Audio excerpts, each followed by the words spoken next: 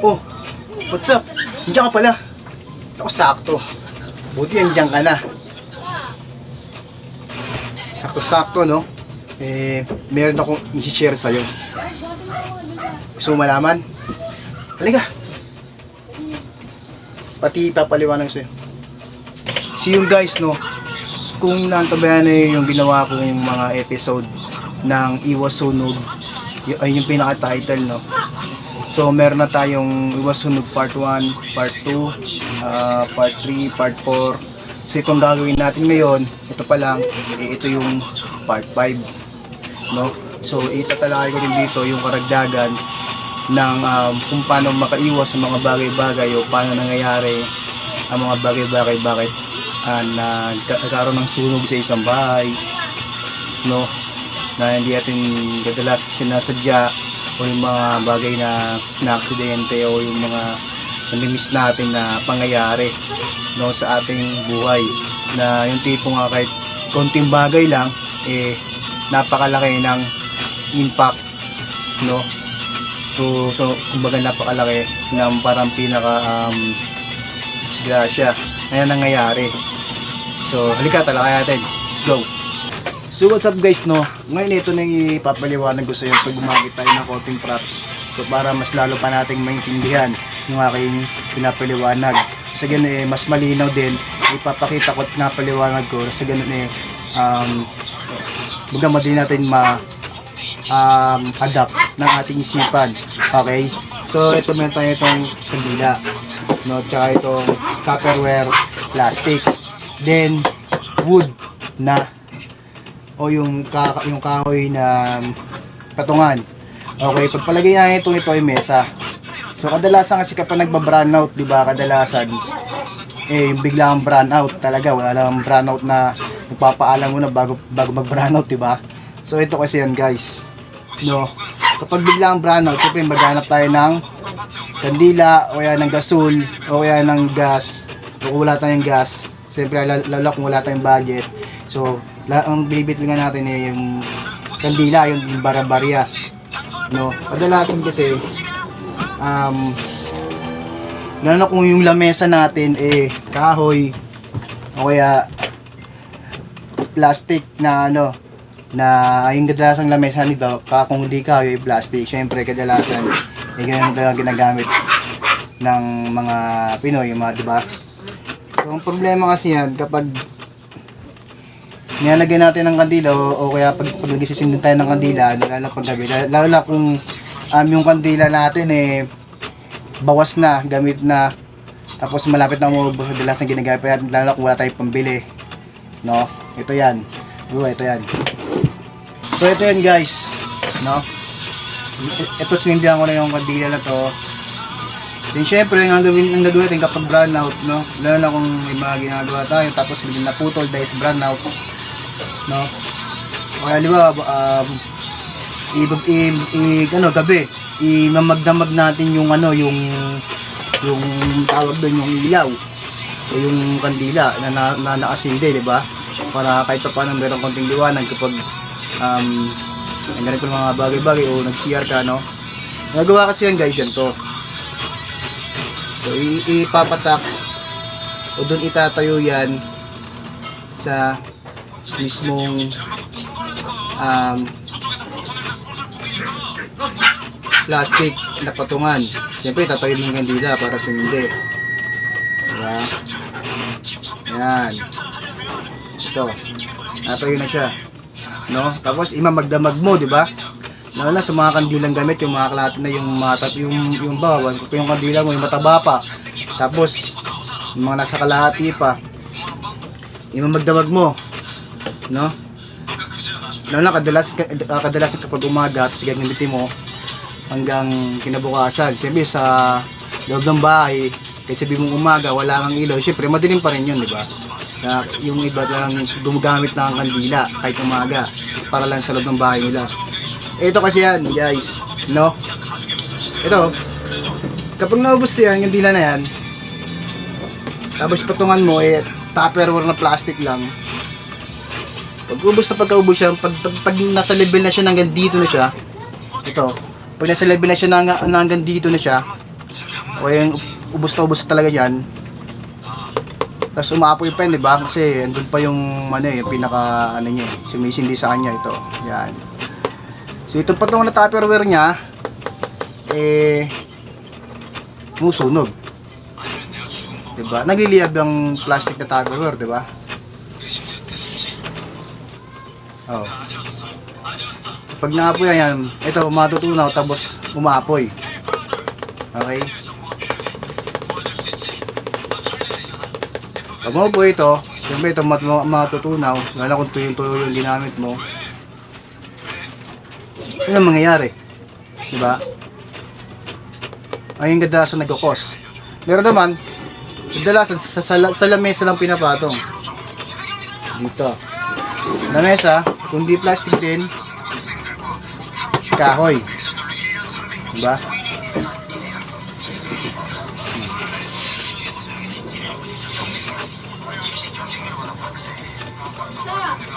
Ayan. Yung nga, di ba? So kapag naubos din yan, no? Tapos yung lamesa mo talagang ano na. So tuyong-tuyo na yung lamesa din. Siyempre, madaling magliyab yun. Di ba? Tapos sa mga panang, tapos ano, kapag mayroong halimbawa, wag mong ilalapit sa may bagay na ano, na malapit sa may kortina. Halimbawa, ito, may kortina. Ito, paliwanag ko. Ito, halimbawa, ito, may sindi ako rito sa lamesa. O kaya kahit di sa lamesa, sa ibang lugar. Tapos patungan mo ganyan. Tapos ito yung kortina. Yan. Sabi kapag naangin na yan, sigaling sa labas, kumbaga ngayon, no? Oh. Diba? Hindi nasunog yung bahay mo. Maguguhod ka na lang, magigising ka ng madaling araw. Umuusok na yung bahay mo. Then yung bandang pinagtirigan mo ng kandila, paligid doon, nag-aapoy na. Hindi na maapila ng kahit buhusan mo ng tubig. So kailangan ng chef magtawag kayo ng bumbero. Okay? Diba? So yung isa, dito naman tayo sa sunod na ipapaliwanag. Okay. So kadalasan yan guys, hindi lang doon nangyayari yung mga bagay-bagay bakit nasusunog o nagkaroon ng sunog ng isang bahay, no? Ito sa papaliwanag ko, sa kandila pa rin to, no, yung nagkakos, no? Siyempre kung patungan mo ay kahoy, no, kaya plastic, no, kung hindi man natunaw yung kandila habang nakasindi yon, o kung hindi man natunaw yung kandila, no, kadalasan minsan yung kandila natutumba. Okay, tapos bawa na nasagi ng kung ano-ano yung mawari, nasagi ng ano, daga, yung kapag may pusa na umano sa mga sa lamesa, pre yung mga pusa na haraw, diba, yung kung tawagin natin yung may kumakit na lamesa, tapos ganap ng pagkain. So kapag nasagi yun, siyempre hindi naman itatayo ng daga yun tsaka ng pusa yun kapag natumba yung kandila, diba? So ito kasi yan, sa paligid ng kandila kapag natumba, maraming nakakalat na yung mga bagay na nagliliyab, madaling magliyab. Ano yun yung mga bagay na madaling magliyab? Hindi pong lalo sa loob ng bahay, siyempre hindi naman palagi nababasa yun. Matik yun kapag nasa mga sulok-sulok galing yung mga bagay na madaling magliyab, matik yun, tuyong-tuyo yun, konting tampi lang na kapag doon magliliyab na yun. Ito yun. Ano yun yung mga bagay na madaling magliyab? Tulad ng mga tuyong papel sa paligid, yung mga nakakalat. Ito.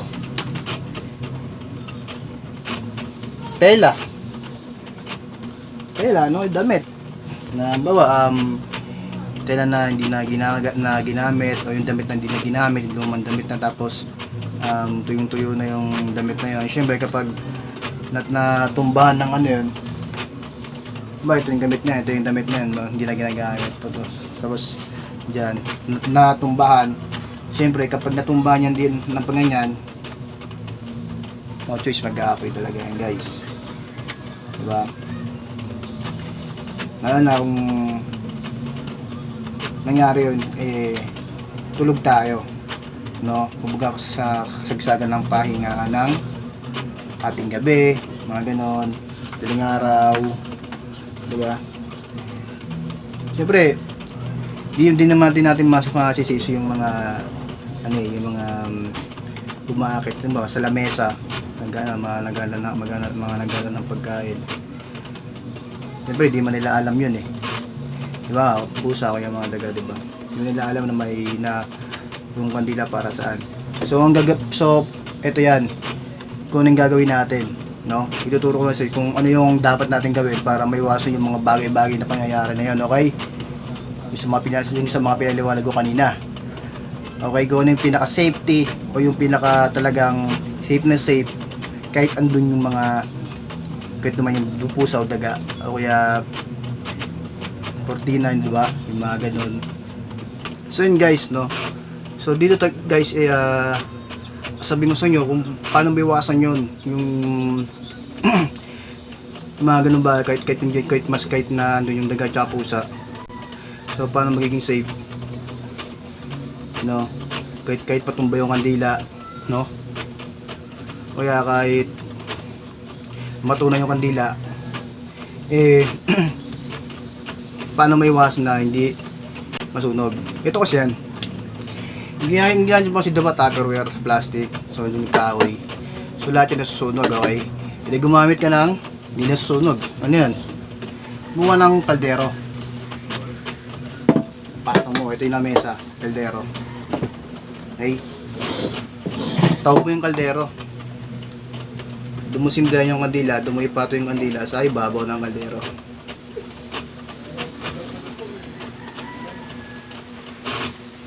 Okay? Ayan. Diba? Kahit na matunaw yan, yung kandila na yan, hindi mag-aapoy yung kaldero kasi kaldero yun. Binabaran nga ng mainit ka, pinaglulutuan nga yan. Diba? So ito yan, kung wala kang kaldero, hanap ka ng bagay na hindi masusunog, okay? Na tayo, tulad nito.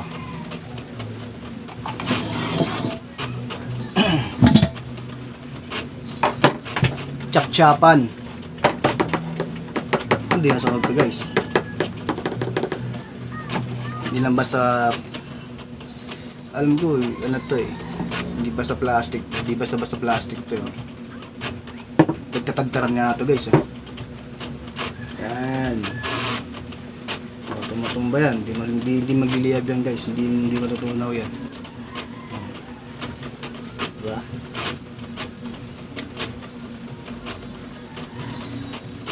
Yan, tagtaran. Pag yung tagtaran yung siguro yung kahit yung kahoy din na makapal na kahoy. Tagtaran talaga yung naarayata yun. Pwede rin to. Diba? Kung wala kang tagtaran na ganito, no? Meron pa.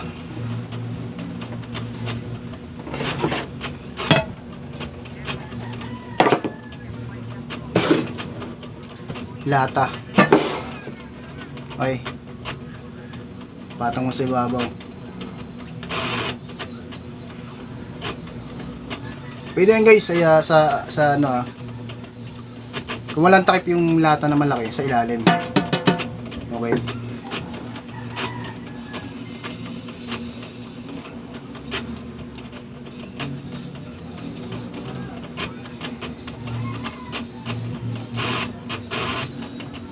Diba? Ayan. Tapos syempre, ilalagay sa sa bagay na malayo sa kung mahilig ka magtabi ng pagkain sa lamesa, ilayo mo sa may pagkain. Okay, kasi ano yan eh, para pag pumunta man doon yung pusa o kaya daga, malayo, hindi masagi. Kasi magugulat yung mga yun. Siyempre nga naman kapag dumaan ka, o kaya pag nagtakbuhan, o kaya panagarutan yun. Kaya pagtakbuhan, hindi masagi yung kandila. Okay? So safe pa rin. Siyempre, kapag nagsindi ka rin ng kandila, ilayo sa mga kurtinang bagay. Okay? Diba? Ilayo sa mga kurtinang bagay. Mga bagay na kapel. Okay? Kung sakaling matumba man, ano yung tutumbahan? Diba? Ilayo mo sa ganyan. Okay? So, yun guys. Diba? So, ngayon, naipaliwanag ko na yung mga bagay-bagay. So, ilang bagay lang naman yun, no? Na nagiging cause o sanhi ng sunog. So, ngayon yung ayun yung mga nagiging dahilan kung hindi sa circuit. Sigurado yun sa mga kandila kadalasan, no? So, mga ganung bagay na di yan inaasahan mangyari, no? Ang pinaka-importante kasi guys yung iiwanan mo yung bagay o yung ganang bagay ba kandila na nakasindi, no? Tipong matutulog ka ng kampante ka o yung kahit mahimbing yung tulog mo, no? Yung tipong hindi ka mababagabag, di ba? Yung hindi mo iisipin yung baka ganyan, baka ganito, di ba? Pero kung talagang yung pinaka-location mo ay talagang puro mga light materials ganun, mga madaling magliyab talaga, siguro sa gabi kapag matutulog ka na, huwag ka na magkandila, di ba? So yung sinabi ko ngayon, so sa mga gustong magkandila lang yan, so talagang pwede naman hindi magkandila sa gabi kung talagang parang makasigurado kasi tawag doon, tapi nga naman hindi natin masabi kaya naman kaya naman lokasyon kung nasan ka, di ba? Then syempre pinaka rin dyan ilagay sa ayos yung pinaka-pwesto ng kandila. Okay. Kasi kadalasan dyan, ganun yung nangyayari. Diba? So, sa simpleng iwas mo nun, no? Sa simpleng iwas mo nun, talagang napaka laking safety na, no? Ang naiwasan mo. Diba? O napakalaking disgrasya na ang naiwasan mo, diba? Hindi ka pa naperwisyo dahil doon sa nangyari. Okay, talagang hindi wag mo na sindihan yung kandila sa gabi, diba? Saka mo na sindihan yung kandila, itabi mo sa pagtulog mo, tapos posporo tabi mo sa pagtulog mo. So pag iiga, saan mo sindihan, diba? So yung guys, no, hanggang sa muli. So hanggang dito muna yung ating vlog, no. So marami pa ako ilalabas na videos, no. So sa mga nanonood dyan, manood lang kayo. So para patuloy pa ako maglabas ng mga videos. Okay, so huwag kalimutan sa mga bago dyan na nanonood, no, huwag kalimutan na i-subscribe at i-click yung bell, no. Syempre para sa mga bagong ilalabas kong video, ma-update ka agad. So marami pa akong sabihin sa inyo, no, na mga bagay-bagay na gusto nyo malaman, di ba? No? So paano, hanggang sa muli, then kita-kits tayo muli dito sa aking channel, no. Ingat kayo lagi and God bless to all.